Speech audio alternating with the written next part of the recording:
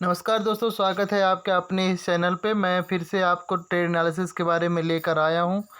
दोस्तों, आज का मार्केट, कल कहीं मैं न्यूज़ पढ़ लिया था रात को कि डाउ जोन्स कल अप था और मिनरल्स भी अप जा रहे थे।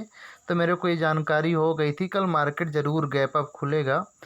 जब गैप अप खुलता है तो ये नहीं पता था कि 600-700 पॉइंट का गैप अप खुलेगा। तो मैंने क्या सोचा था कि गैप अप खुला है तो बीच में गैप होगा, गैप को फिल अप करेगा मार्केट, लेकिन नहीं। मैंने ये देख रहा था कि 1 मिनट कैंडल पे मार्केट कर क्या रहा है। 1 मिनट मार्केट में अगर कैंडल्स बनी होंगी और वो रिट्रेस लेकर के अप साइड अगर मूव करेगी तो मैं वहीं पे कॉल बाय कर लूँगा, और यदि रिट्रेस हो करके वहाँ से वह नीचे आ जाएगी, या ऊपर चली जाएगी, तो मैं वहाँ पे कॉल बाय कर लूँगा। और यदि वह ऊपर चली जाएगी तो मैं वहीं पे पुट बाय कर लूँगा। अब बात ये हुई कि क्योंकि जब मार्केट अप जाता है तो अप जाने पर क्या होता है कि जहाँ पे सेलर बैठे हुए होते हैं उनका एसएल लगता है। जब एसएल लगता है तो मार्केट बहुत तेज़ी से ऊपर जाता है। और मैंने यहाँ पे देखा तो 1 मिनट कैंडल पे सीधे आकर के यहाँ पे कॉल बाय कर लिया।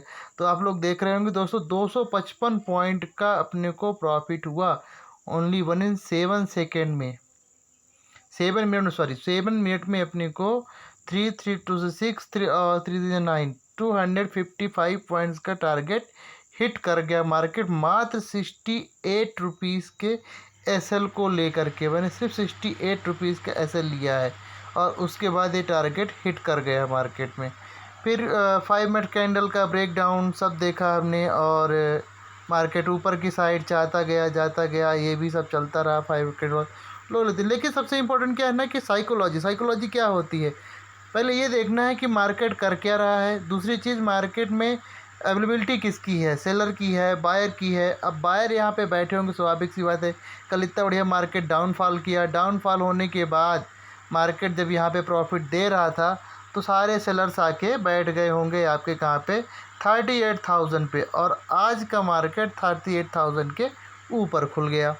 और जब 38,000 के मार्केट ऊपर खुल गया और उनका एसएल रहा होगा 38,200, 300, कुछ लोगों का 400 रहा होगा। मेजर सेलर बैठे होंगे 38,500 पे, उनका एसएल रहा होगा 38,600। जब मार्केट इतना गैप अप खुला 700 पॉइंट्स, तो उनका एसएल हिट होने लगा तो मार्केट में बायर्स की भरमार हो गई। अब भरमार हो गई, उसी का तो फ़ायदा अपने को उठाना है। जैसे ही एसएल डरेगा, सेलर जहाँ पे डरेगा वहीं पे बायर्स को प्रॉफिट होने वाला है। सीधे सिंपल सा फार्मूला है। अब वैसे भी मार्केट जब इतना ऊपर गया, 300-400 पॉइंट का ऊपर दे गया, तो ऑलमोस्ट 1000 पॉइंट की रैली हो गई। तो मुझे नहीं लगता था कि मार्केट अब उसके बाद ऊपर जाएगा। थोड़ा सा यहाँ पे हमने को ये डब्लू बनाता हुआ मार्केट दिखा। डब्लू बनाने के बाद एक ट्रेड यहाँ पे बन रहा था, एक ट्रेड और अपन ने किया, लेकिन वो अच्छे से ट्रेड नहीं हुआ क्योंकि यहाँ पे मार्केट हाल्ट कर गया। जब मार्केट हाल्ट कर गया रेजिस्टेंस पे, तो मैं सोचा कि यहाँ पे ट्रेड अच्छा नहीं बनेगा, डीके हो जाएगा, काफ़ी टाइम लगने का प्लान। लेकिन ये मार्केट मात्र 20 मिनट्स में अप साइड डाउन साइड चला गया, छोटे से चल के साथ में।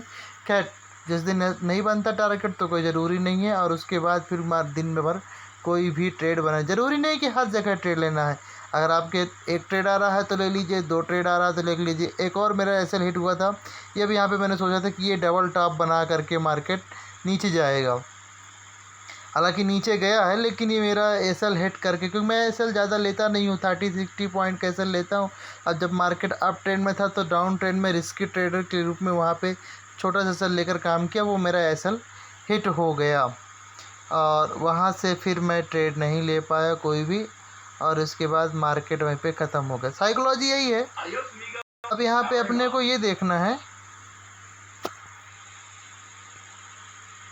कि मार्केट रेजिस्टेंस कहाँ पे बना रहा है, सपोर्ट लेवल कहाँ पे बना रहा है, यही चीज़ देखना है। नेक्स्ट कल के मार्केट के हिसाब से हम कल क्या देखेंगे कि मार्केट रेजिस्टेंस कहाँ बनाया हुआ है, सपोर्ट कहाँ पे बनाया हुआ है, अब कहाँ पे सेलर बैठे हैं, कहाँ पर बायर्स बैठे हुए हैं। देखो, मार्केट को इस लेवल के ऊपर जैसे ये मार्केट खुल के अपसाइड 1000 मूव देता है, 1 भी देता है, उसके बाद फिर 39,120 के नियर अबाउट यहाँ पे सेलर बैठे हुए हैं। अब ये मार्केट को ऊपर नहीं जाने दे रहे थे।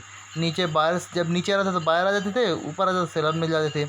अब वो तो एक साइकोलॉजी लेवल है कि 38,000, 38,500, 39,000, 39,500, 200, इन सब में क्या है, सेलर बैठे रहेंगे। तो वो अपना प्रॉफिट देखते रहते हैं कि मेरे को अपना प्रॉफिट मिलता रहे मिलता रहे। और अगर उनको प्रॉफिट नहीं मिलता तब बड़े बड़े सेलर्स वहाँ से जाते हैं। जैसे सेलर डरेगा अपने को प्रॉफिट मिलता चला जाएगा। अब हम ये देख रहे हैं कल का मार्केट क्या होगा। कल का मार्केट 39,200 के ऊपर ओपन होता है, तो स्वाभाविक बात है कल उनका फिर ऐसा लेट होगा, फिर मार्केट एक बड़ी लंबी कैंडल देगा। यदि मार्केट कल इसी रेंज पे खुलता 39,100 के नियर अबाउट 39,000 के बीच में खुलता है, मतलब 200 की रेंज के बीच में खुलता है, तो ऊपर रेजिस्टेंस, नीचे सपोर्ट, और मार्केट वहीं पे ख़त्म होगा। और यदि कोई बिग मूव आना होगा तो अपने सपोर्ट लेवल को तोड़ते हुए नीचे जाएगा। और स्वाभाविक सी बात है यदि ऊपर गया मार्केट तो हमारा ये नो ट्रेडिंग जोन में पहुंच जाएगा 39,200 से 300 के बीच में, क्योंकि यहाँ काफ़ी रेजिस्टेंस है। और मार्केट को अगर इसको पार करना है, जैसे ही मार्केट 39,300 को क्रॉस करेगा एक शार्प मूव ऊपर की तरफ आएगा और मेरा टारगेट होगा 39,800 तक का मेरा टारगेट होगा। और यह मूव अपने को मिल जाएगा इन सिंगल डे, लेकिन चांसेस वेरी लो हैं, क्योंकि मार्केट अभी डाउन, एक बीच में जिस दिन आरबीआई की पॉलिसी आई है उस दिन ऊपर गया 1000 पॉइंट, और उसके बाद फिर नीचे की तरफ आया है 600 पॉइंट, अब उसके बाद आज फिर 1000 पॉइंट एबव जा गया। इस प्रकार के जिग जैग मार्केट को हैंडल करना बहुत मुश्किल काम होता है। धीरे धीरे जब मार्केट आपको समझ में आने लगेगा तो आप इस चीज़ को जानने लगेंगे। और सबसे चीज़ क्या है, मैं ट्रेड करता हूँ सपोर्ट लाइन और रेजिस्टेंस लाइन और ट्रेंड लाइन के ऊपर सपोर्ट करता हूँ बस। और इन सब चीज़ों को देख करके मैं ट्रेड करता हूँ। और दूसरी चीज़ है प्राइस एक्शन। प्राइस एक्शन जितना स्ट्रांग रहेगा, जितना चार्ट अपने को कहेगा देख करके। अब जैसे यहाँ पे नेक लाइन पे यहाँ पे मार्केट क्रॉस करा था, मैं यहाँ पे ट्रेड लिया छोटे सेल पे, लेकिन मैं नहीं जानता था कि मार्केट यहाँ पे बिहेव करेगा। तो कोई बात नहीं, जब आपको 200 पॉइंट का मार्केट प्रॉफिट दे के जाता है तो कभी कभी एसएल भी लेना चाहिए होता है।